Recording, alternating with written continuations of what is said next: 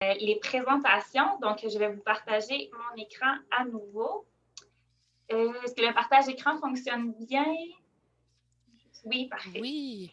Donc, on va vous donner un exemple de comment ça pourrait, de quoi ça pourrait ressembler, ce choix-là de milieu humide. Donc, suivant.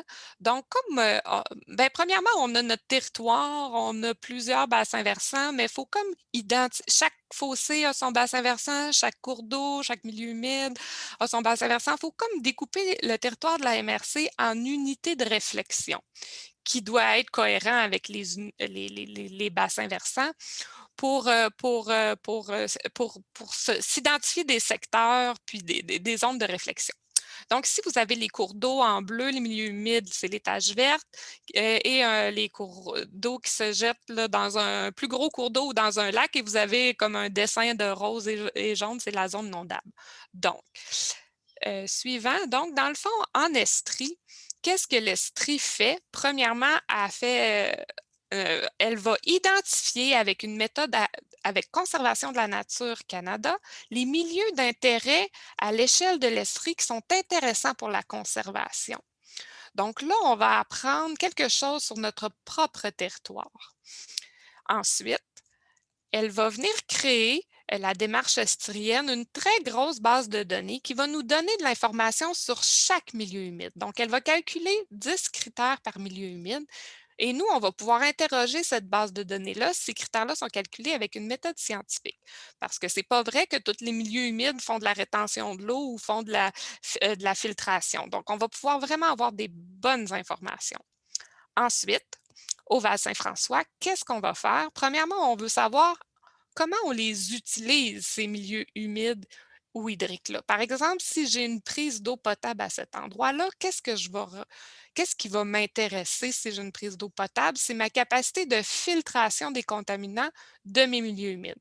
Je vais interroger ma base de données et là, je vais identifier en pointillé mauve, par exemple, les deux milieux humides qui sont le plus importants pour la filtration des contaminants et qui nous servent en termes de qualité d'eau potable.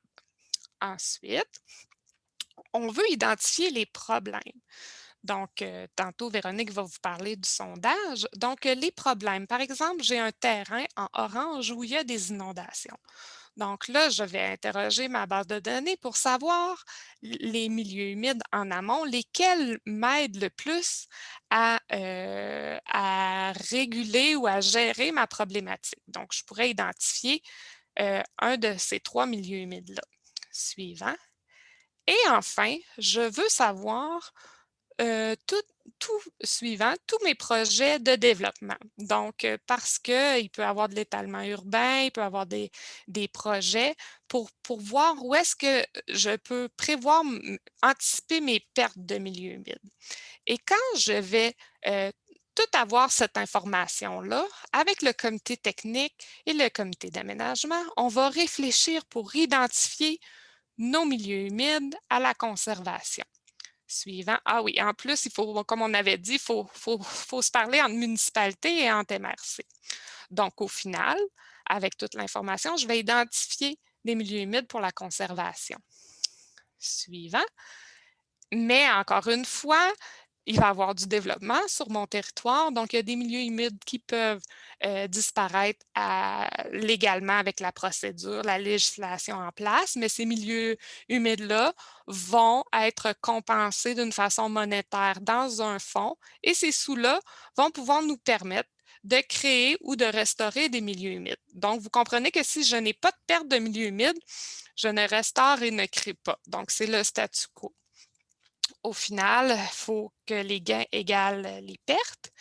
Et aussi, il y a les milieux humides, on ne les sépare pas, on ne les oublie pas, mais l'explication va venir plus tard. Donc, Maintenant, ça je va vais être Véronique. poursuivre. Oui, merci Julie. En fait, concrètement, qu'est-ce que ce soit lesquels les milieux qui vont être visés par la conservation dans notre plan régional? Ben, si on prend l'ensemble des milieux humides et hydriques dans le Val-Saint-François, ben, il y a juste une partie de ceux-là qui vont être priorisés pour la conservation et pour lesquels on va prévoir soit de nouvelles mesures ou des actions à mettre en place. Tous les autres milieux humides et hydriques dans le Val-Saint-François ne vont pas faire l'objet de nouvelles mesures, mais vont quand même se soumettre à la législation provinciale et comme on vous l'a expliqué plus tôt, là, le ministère de l'Environnement et le régime d'autorisation va s'appliquer. Donc, qu'est-ce qu'on veut dire par nouvelles mesures de conservation? Bien, premièrement, la conservation, ça égale pas cloche de verre. On n'est vraiment pas là-dedans dans notre plan régional. En fait, ce qu'on souhaite de faire, c'est si un milieu ressort comme étant prioritaire, bien, on va vouloir, premièrement, maintenir ou améliorer ses fonctions écologiques, puis on va vouloir limiter ou réduire les impacts sur ce milieu-là pour le préserver dans le temps. Fait qu'on va chercher des moyens de conservation qui nous permettent de faire ces deux choses-là. Suivant. Donc, il existe 3 façons de conserver un milieu humide ou hydrique d'intérêt. Puis la façon va vraiment dépendre des résultats de notre analyse. Je vous le dis tout de suite, dans le fond, les moyens, on ne les connaît pas encore. Ça va vraiment être une analyse de cas par cas, mais on vous donne quand même quelques exemples. Premièrement, si un milieu ressort de notre analyse comme étant un incontournable, bien, on va vouloir utiliser un moyen de protection. Ça veut dire un moyen un petit peu plus strict pour vraiment limiter les impacts et vraiment maintenir les fonctions écologiques parce que ce milieu-là est vraiment un incontournable. Donc, par exemple, on pourrait vouloir encourager la création d'une réserve naturelle. Une réserve naturelle, ça découle d'une entente légale et notariée avec le ministère de l'Environnement, puis ça peut être de façon perpétuelle. Donc, ça, c'est vraiment une mesure de protection plus stricte. Ensuite, si un milieu humide et hydrique il ressort comme étant fort dans notre analyse, bien, on va vouloir utiliser un moyen qui va permettre une utilisation durable. On n'a pas vraiment d'exemple précis parce que ça va être encore une fois, là, comme vous expliquez, du cas par cas, mais on pourrait permettre certains usages agricoles et certains usages forestiers qui nous permettraient de maintenir les fonctions, mais de quand même profiter et de rentabiliser sa propriété. Le comité technique, là, on veut utiliser son expertise pour vraiment nous aider à identifier quels usages pourraient être permis dans certains milieux agricoles et forestiers. Finalement, si un milieu ressort comme étant fort, mais on constate qu'il est dégradé, bien, on voudra préconiser l'identifier en fait comme étant un potentiel pour la restauration. Par exemple, si un milieu humide a déjà été drainé, ben, on pourrait vouloir boucher les canaux de drainage pour que graduellement le milieu retrouve ses fonctions naturelles et ses fonctions écologiques d'origine. Et puis finalement, ben, comme on vous a expliqué, on recherche l'atteinte de zéro perte nette dans notre plan régional. Ben, il faudra également identifier des endroits potentiels pour la création de nouveaux milieux humides et hydriques dans notre plan régional. Donc, quand est-ce que vous pourrez jouer un rôle dans notre démarche d'élaboration? Bien, en fait, cette année, en 2021, il y aura 3 moments. Premièrement, bien, il y a aujourd'hui là, le premier atelier qui nous permet de vous présenter la démarche et qui vous permet de nous partager vos inquiétudes et vos pistes de solutions. Ensuite de ça, ben, dès cette semaine, là, il y aura un sondage qui va être mis à votre disposition. Puis le sondage va servir à 4 choses. En fait, ça sera vraiment le moment de nous partager. Si vous connaissez des problématiques sur le terrain, vous pourrez les identifier. Puis ça va vraiment être de grande valeur pour nous. Ensuite de ça, est-ce que vous connaissez certains projets qui vont être à venir?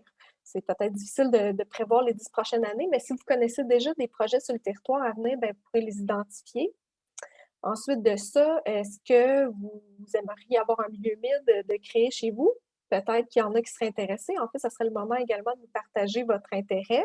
Et puis enfin, ce sondage-là va nous servir à recueillir votre point de vue sur l'ensemble de la démarche et qu'on puisse vous sonder un peu sur l'importance par rapport aux critères qui vont être utilisés pour la priorisation des milieux humides et hydriques. Enfin, en 2021, il y aura également un deuxième atelier qui va nous permettre de vous consulter sur les atouts et les contraintes du territoire. Et puis, on va également pouvoir discuter des premières orientations là, de la conservation des milieux humides et hydriques. Ces prochaines rencontres-là ne vont pas se faire par secteur d'activité, mais plutôt par secteur géographique là, sur le territoire. Et puis, sachez que tout au long de l'année, il va y avoir un travail en continu de nos comités d'aménagement et comités techniques, qui, eux, vont nourrir leur réflexion de tout ce qui vont avoir été partagés dans le sondage et lors des ateliers.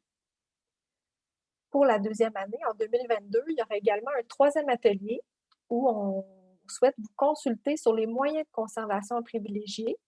Puis encore une fois, ces rencontres-là vont être effectuées par secteur géographique pour arriver en juin 2022 et finalement adopter le plan régional. Puis encore une fois, les comités vont être amenés à se nourrir de vos réflexions et de vos partages. Donc, pour terminer, vous constaterez que le plan régional, c'est un véritable travail collectif. Ça va être un défi à relever. Il va falloir mettre un peu nos intérêts personnels de côté au bénéfice d'une vision d'ensemble du territoire. Et puis, votre participation est vraiment importante pour s'assurer qu'on adopte à la fin un plan régional concerté. Donc, c'est ce qui termine la présentation, puis on va avoir une autre période de questions. Oui, donc merci Véronique. Donc, la deuxième